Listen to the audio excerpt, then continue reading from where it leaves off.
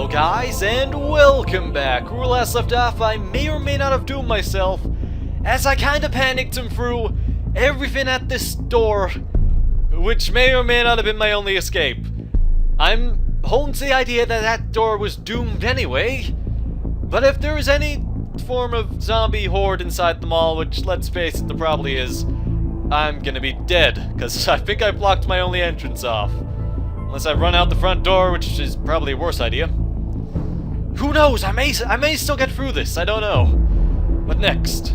Now that I was reasonably sure that the infected wouldn't be getting into the building the same way I did, my attention turned to my new surroundings. I was in a long hallway with several storage rooms on either side. From the vague odor of damp and chemicals, I realized this was obviously some kind of basement used primarily by the cleaning staff. I could see a stairwell leading up to the main building at the end of the hall. Okay, ensure that you're secure? Probably not. I mean, probably I should. But I should probably leave this area as soon as possible. Call out. There is 4 doors in complete darkness. I'm not just gonna call out. Head straight to the stairs, might do that. I might just go for quick searches for supplies. I searched the various side rooms for useful supplies, but it was a total waste of time. The only things that hadn't already been looted were mops and industrial cleaning products. Probably should have seen that coming. Okay. I climbed the flight of stairs to the ground floor, and then headed through a small doorway into the main building. The mall was eerily quiet, and despite my best efforts to keep a low profile, every footstep seemed to echo throughout the entire building. The shutters on most stores had been closed, presumably in an attempt to keep the infected from roaming freely. Frequent bloodstains were an ever-present reminder of how little the shopkeepers had achieved. A sickening feeling in my gut told me this place had been the scene of a terrible massacre.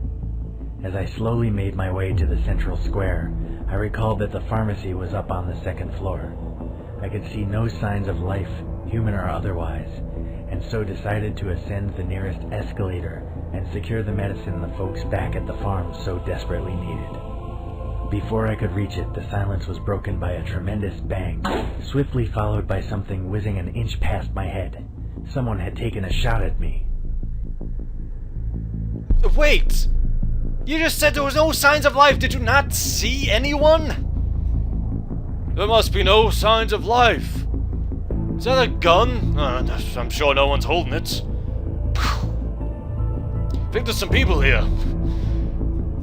And that probably echoed everywhere.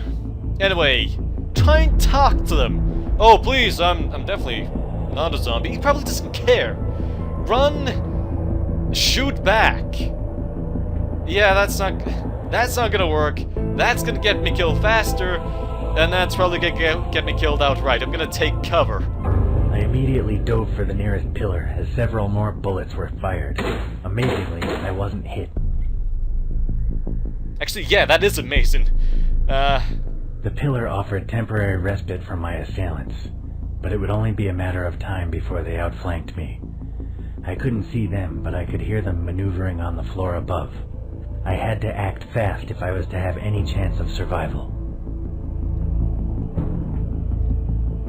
Open fire! Yeah, you just said how they're maneuvering around you. And unless you're Rick Grimes, who has the one-shot headshot aim that he does, seriously, watch The Walking Dead. He one-shots just about every zombie, unless the story calls for him to not do it. He always gets the headshots. Alright, make a run for it. They're surrounding me. I'm gonna be killed, so I guess the only real option is to surrender and try and talk to them. At this point, I'm behind cover. I guess I'll say I surrender, please don't kill me. I realized that they had me totally pinned down, and that my chances of surviving a firefight were slim. My only hope was to try and convince them to let me live. I cried, "I'm not infected," as loud as I could. There was a pause, followed by a voice full of fear and doubt. "Prove it." He ordered me to put my gun on the ground and step slowly out from behind the pillar with my hands up. I could see no alternative, and so I reluctantly did what I was told. Okay, so, yeah, I mean, you wouldn't have been able to survive that anyway. Come on, man. Give up your shotgun. As I stood Not the crowbar. defenseless in the open, I explained that I hadn't been bitten, and that I meant them no harm. The survivors whispered among themselves for a moment, before one of them asked me to take off my clothes so they could see for themselves. I undressed, and a man armed with a shotgun came down to inspect me. Finally satisfied that I wasn't about to eat them, the man asked me why I was here. Okay, probably shouldn't lie to the... I'm here to save you! Yep, some guy in combat gear, some camouflage, has come to save you. I'm looking for food or ammo, they'll probably kill me, so I might as well just say I'm here to help my group. I decided it was best if I told the survivors the truth from the beginning. They'd probably find out sooner or later anyway. As I put my clothes back on and picked up my equipment, I explained all about the fortified farm, the disease that plagued my family, and my quest for antibiotics. They seemed impressed by my bravery and allowed me to join them on the second floor. Wow, this is all working out incredibly well. As I climbed the escalator, I realized just how wise my decision to surrender had been. There were at least 20 survivors in the building, with over half of them armed with shotguns or rifles. The rest had an assortment of vicious-looking melee weapons. As soon as I reached the top, I was directed toward their leader, a tall and muscular African-American who introduced himself as Ox. Ox told me that if I wanted his help and protection, or at least to be allowed to roam his mall freely, I had to earn it. Apparently there was no longer any power in the mall, and he wanted someone to head down to the basement and turn on the generator. The last man he sent never came back. Okay, this... They want me to go down, I'm definitely in no position to say no. I would probably not agree with that question, though. You know, I would be pushing my luck, honestly. But they've seen I'm not infected, they're impressed by my story and bravery. They're sending me down on an obvious suicide mission, apparently. I'm gonna ask for something. It's like, well, if you're gonna send me down, can I have, like, a extra clip? A pistol? An axe? I don't know, give me something. I told him I'd be happy to help, but that I desperately needed some more equipment if I was going to survive. He grudgingly agreed and got one of his lackeys to hand over some ammo. I was then informed that I'd be taking a mechanic named Smith along with me, partly to fix the generator if it needed it, and partly to make sure I didn't try anything stupid. Smith and I went back down the escalator and through the door I had originally come through to the stairwell. We headed back down, and then Smith pointed out another doorway hidden under the stairs that I hadn't noticed before. Okay, a guy died down there. I'm gonna open the door slowly, or I could take... He's not gonna do it. I'm not gonna bust in, I'll just open the door slowly. I carefully opened the door with my gun at the ready. Ox obviously thought this place was dangerous, so I kept my guard up. On the other side of the door, it was pitch black. If there were any windows, they were small, and the curtains or blinds were closed. We listened carefully for any signs of the infected, but heard nothing. Light a match. Go back and find a torch, or open the... That involves going inside the room, so no. Go back and find a torch. They have one?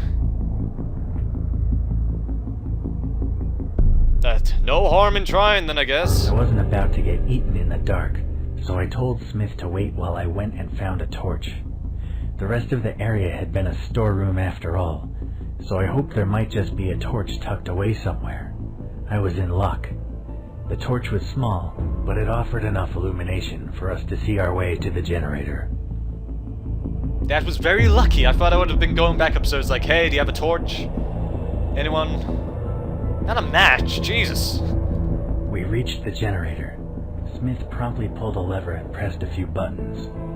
Apparently getting the thing up and running was as simple as that, because it immediately sprang to life. The lights in the room flashed and came on, and just in time. Our activities had disturbed a small group of infected who had been lurking in a side room, and they were now rushing toward us. I opened fire and was easily able to gun the bastards down. I breathed a sigh of relief and turned to Smith, but to my horror he was lying on the floor, bleeding heavily. In the confusion I had accidentally shot him in the leg. Oh! Is that where the first aid kit would have come in handy?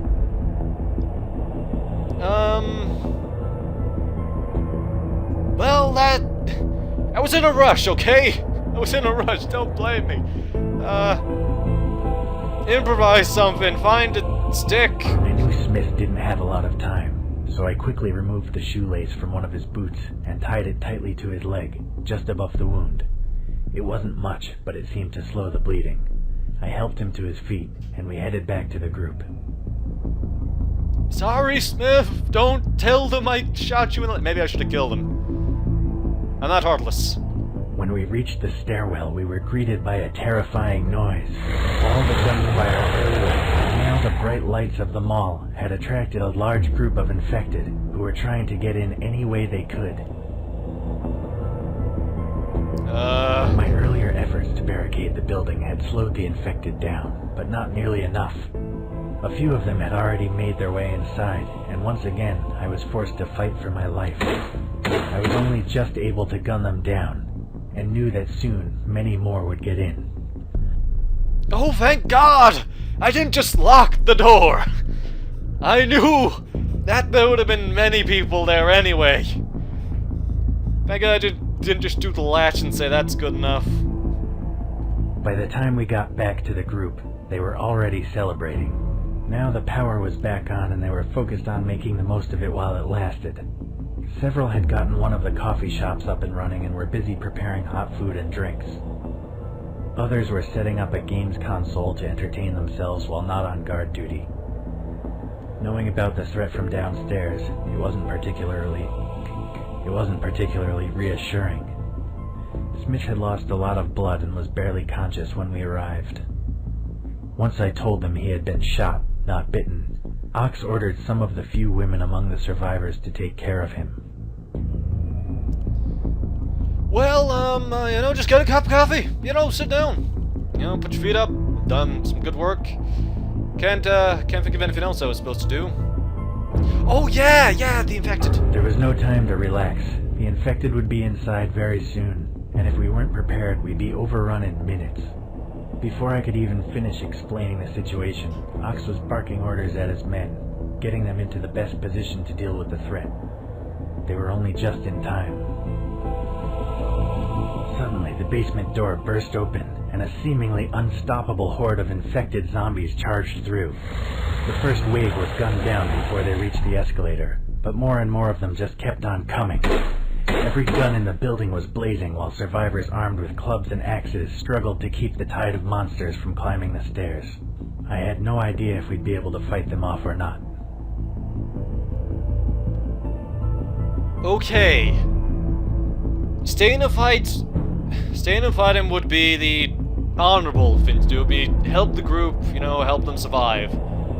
I think it's suicide, though, honestly, because they are struggling to keep just the first wave, at bay. And I'm just gonna get the hell out of there. I mean, I said I'll kill myself if I lost my wife, so... as it's happening, I make a run for the pharmacy because... I'm sorry, I don't like your chances, honestly. I have a shotgun. Extra shotgun is not gonna help much. I knew there was no way we'd be able to fight off the infected horde. My thoughts turned once again to my dying wife, and I realized that this might be my last chance to secure the antibiotics she so desperately needed. While the others held the infected at bay, I ran as fast as I could for the pharmacy. This guy actually thinks a lot more like me than he did in the first game. It took me less than a minute to reach the former drugstore. It had been totally untouched by looters, and all the various medicines were readily available. I could still hear the battle raging behind me, and I knew that I didn't have much time. Unfortunately, I wasn't alone. It seemed that the infected had found another way into the building, and several of them were now shambling straight toward me. Okay, I can't forget the medicine. I have to get the medicine. But hiding behind the counter, I don't think they're not gonna notice me. So I think my only chance is to shut the shutters. If I just open them was shut anyway. Never mind, but shut the shutter.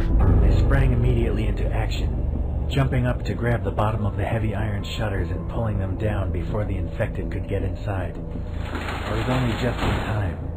Had I have taken just one more second to lock them in place, I would have been devoured for sure. Now that I had the luxury of time, I thoroughly searched the pharmacy for the antibiotics I needed.